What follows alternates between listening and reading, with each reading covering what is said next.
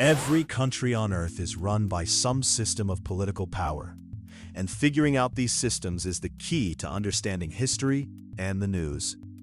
In this video, we're breaking down the major forms of government, who holds power, how leaders get chosen, and a real-world example of each.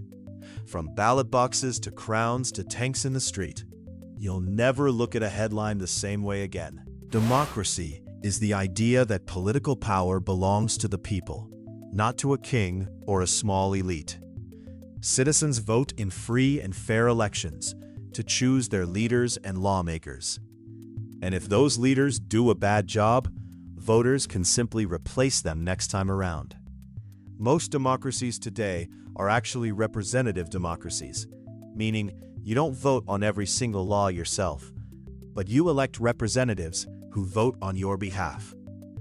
A key feature is the protection of individual rights and freedoms, even for people in the minority, so the majority can't just do whatever it wants to everyone else.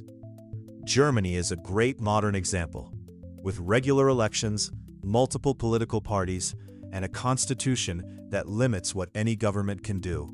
The whole system runs on checks and balances, a free press, and the peaceful transfer of power. It's messy and slow sometimes, but that's kind of the point.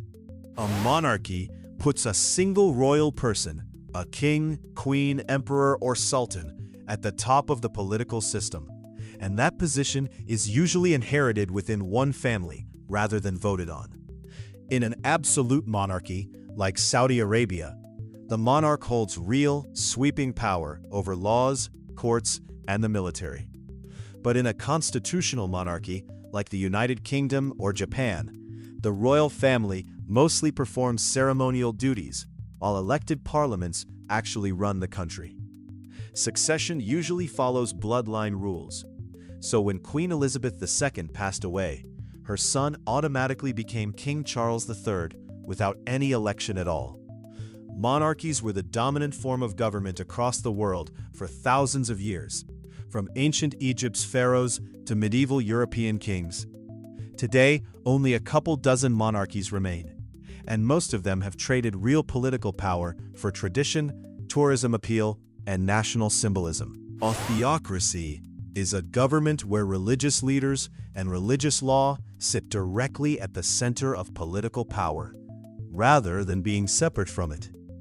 The country's laws are based heavily on religious texts and doctrine, and top clerics often get the final say over elected officials, judges, and even military decisions. Iran is the clearest modern example. It does hold elections for a president and parliament, but a supreme leader, a senior Islamic cleric, actually outranks them and can override their decisions. Historically, the Vatican City has functioned as a theocracy too, with the Pope serving as both spiritual leader and head of state. The core idea behind a theocracy is that political authority flows from a higher divine source, interpreted by religious officials, rather than purely from the will of voters. This blending of religion and government is different from a secular state, where religion and law are kept officially separate. A dictatorship or autocracy puts nearly all political power into the hands of one single leader who isn't meaningfully accountable to voters. There might be elections on paper, but they're usually rigged, uncontested, or just theater, since real opposition parties and independent media are heavily restricted or banned outright.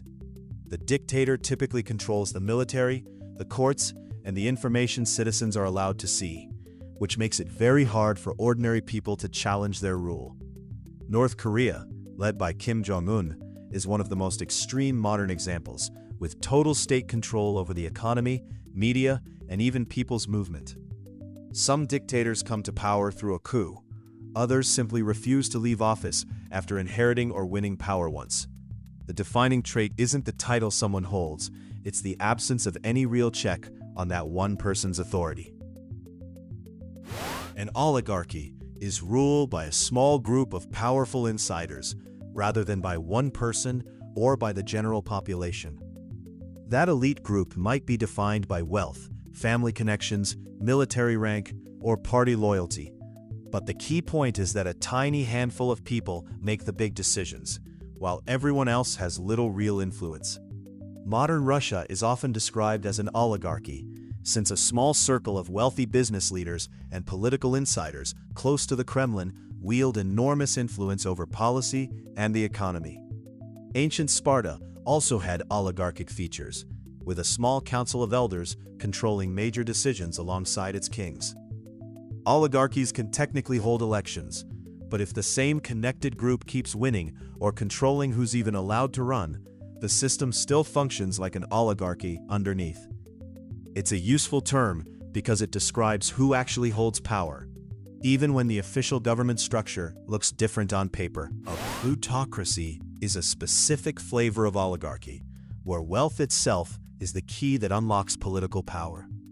In a pure plutocracy, the richest individuals or families essentially run the government, whether or not they hold official titles, because money buys influence, media access, and the ability to shape laws in their favor. No country openly calls itself a plutocracy, but historians often point to America's late 1800s Gilded Age, when industrial tycoons like the Rockefellers and Carnegies had outsized sway over politicians and policy. Critics of modern campaign finance systems sometimes argue that any democracy where elections are hugely expensive risks drifting toward plutocratic tendencies, since candidates need big money to even compete. The difference between a plutocracy and a regular oligarchy is subtle. An oligarchy's elite could be defined by any kind of power, while a plutocracy's elite is specifically defined by dollars. It's less a formal system of government and more a warning label people apply to democracies or oligarchies that they think money has quietly taken over.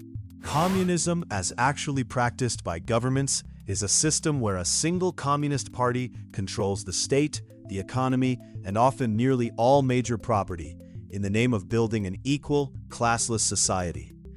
In theory, the idea is that workers collectively own everything, and there's no wealthy ruling class exploiting everyone else. In practice, one party runs everything from top to bottom, deciding who gets nominated for office, what the media can say, and how the economy is planned. China today calls itself communist and is run entirely by the Chinese Communist Party, though its economy actually blends state control with private markets and businesses. The Soviet Union from 1922 to 1991 was the most famous historical example, with the Communist Party controlling every republic underneath it. Elections might technically happen inside these systems, but only party-approved candidates are allowed to run, so real political competition doesn't exist. It's worth separating communism as an economic philosophy about shared ownership from communism as the actual one-party governing systems history has produced. A military junta is a government run directly by military officers who typically seized power through a coup rather than through any election. Once in charge, the junta usually suspends the constitution, dissolves parliament, and rules through military decree and martial law, until, in theory, promising to eventually hand power back to civilians. Myanmar is a current real-world example where the military took control in February 2021 after refusing to accept election results, detaining the elected civilian leaders. Juntas often justify their takeover as restoring order, fighting corruption, or protecting national security, even when the public didn't ask for military rule. Some juntas dissolve after a few years and hold new elections, while others entrench themselves for decades, like Myanmar's earlier military governments that ruled for nearly 50 years. The defining feature is simple. The people wearing military uniforms are also the people making the laws, with no real civilian check on their authority. Anarchy describes a situation where there's no functioning central government at all, so no single group holds recognized authority over the whole territory. This can happen briefly after a government suddenly collapses, like Somalia in the early 1990s, when the central government fell apart, and various local warlords and clans controlled different areas instead of any national authority. It's worth noting that political anarchism, the philosophy, is different from anarchy the chaotic real-world state. Anarchist thinkers actually envision voluntary cooperation and local organization replacing top-down government, not just lawless chaos. In practice, though, when anarchy happens unintentionally, it usually leads to competing armed groups filling the power vacuum, which is exactly what made Somalia's situation so devastating for ordinary civilians. True, long-lasting nationwide anarchy is actually pretty rare in history, because some group, whether local militias, warlords, or foreign powers, tends to step in and fill the vacuum fairly quickly. It's included here less as a stable form of government, and more as the baseline you get when every other form of government breaks down. And there you have it, 9 different ways humans have organized power, from the will of the voters to the barrel of a gun. Most real countries actually blend a few of these systems together. So take a moment to think about which labels best describe the government you live under. If you learned something, hit subscribe for more Every X Explained breakdowns.